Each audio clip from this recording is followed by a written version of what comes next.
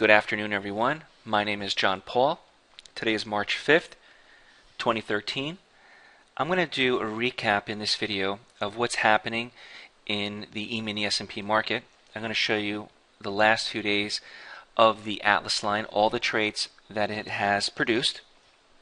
And remember, this is a price action trading software which gives you exact entries into the market as well as follow-up strength and pullback trades. Now here we are today on March 5th. The day started out with a signal to go long at 1535.50. This is the entry right here, 1535.50, and it never looked back.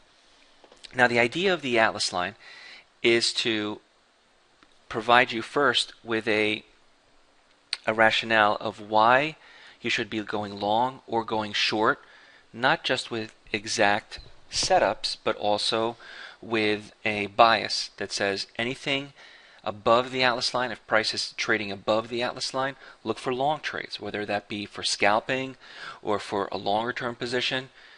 Even though the Atlas line does give you exact entries, think of this in a way that says anything above the Atlas line I want to go long. If it happens to cross and go trade below the Atlas line, then I want to go short. It's a very simple way of thinking because really trading has to be simple. It can't be overcomplicated with indicators and MACDs and bands and Keltner channels and weighted moving averages and all this stuff, volume. Let's keep trading as simple as possible. I say that to all the traders I work with. And so this is today. Here we are. Give me a reason to go short. I don't really have one until price crosses the Atlas line. So here we are at the all-time highs here of the year, and as the last couple of months as well, 1541. There's no reason for me to go short. Now if you want to see what the Atlas line has done within the last couple of days, I'm just going to scroll back on my chart here, and I'm going to show you yesterday. Again, nothing changes. There's no optimization at all. Everything is exactly the same for everyone. I have a double bar long entry right here. I have a bounce trade bouncing off the Atlas line right here. Remember, I'm staying long or have a bias to the long side as long as we're above. But as soon as price crosses the Atlas line and gives me two consecutive closings, here is the order, 1512.75 to go short. Remember, my profit target is based always off of price action, which is, and I use the ATR, so we're looking at a 1.25 on this trade. You got that. You're in, you're out, you're finished with the trade, and now give me a reason to go short again. Well, the market starts to go higher and higher and higher and higher. I have here a pullback. It doesn't really conform to the rules as far as the way that I teach the pullback trade, and you don't see the P's there, the P or a strength for a strength trade, so there's no other short trade.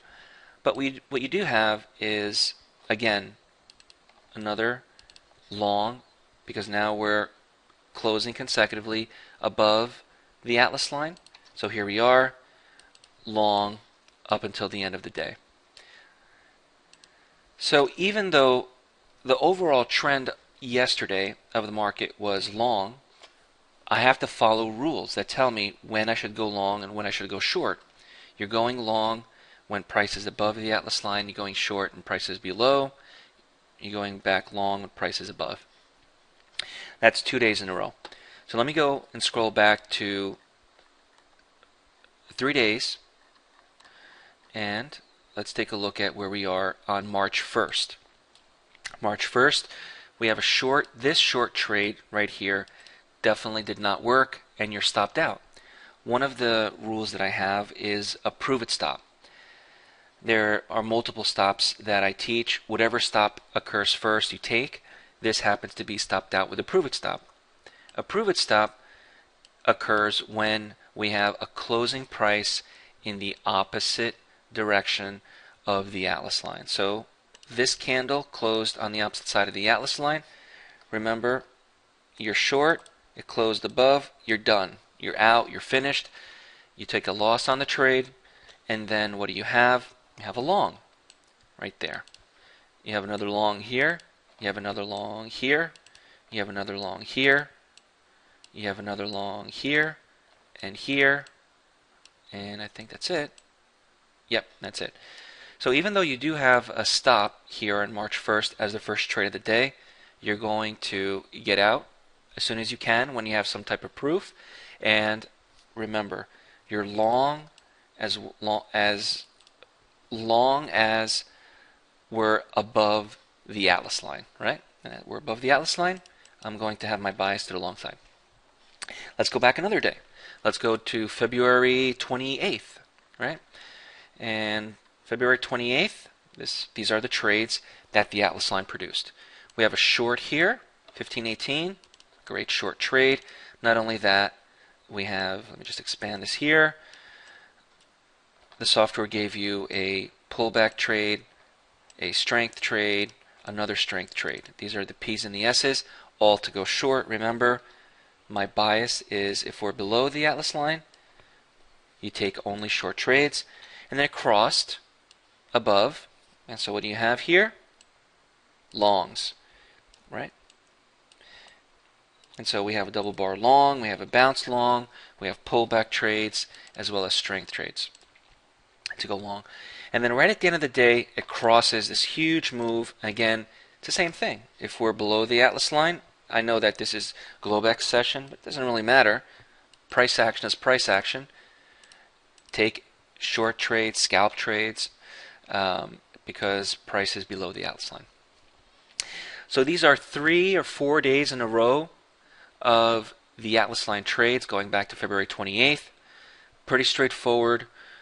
It is what it is. It has to be objective. I teach the rules with a training that's included with every purchase of the Atlas line software. Email me if you have any questions. I do conduct live webinars showing the Atlas line in action. Please check your email or opt in to our mailing list or newsletter to find out when the next live presentation occurs. My name is John Paul. I'll see you soon. Thanks.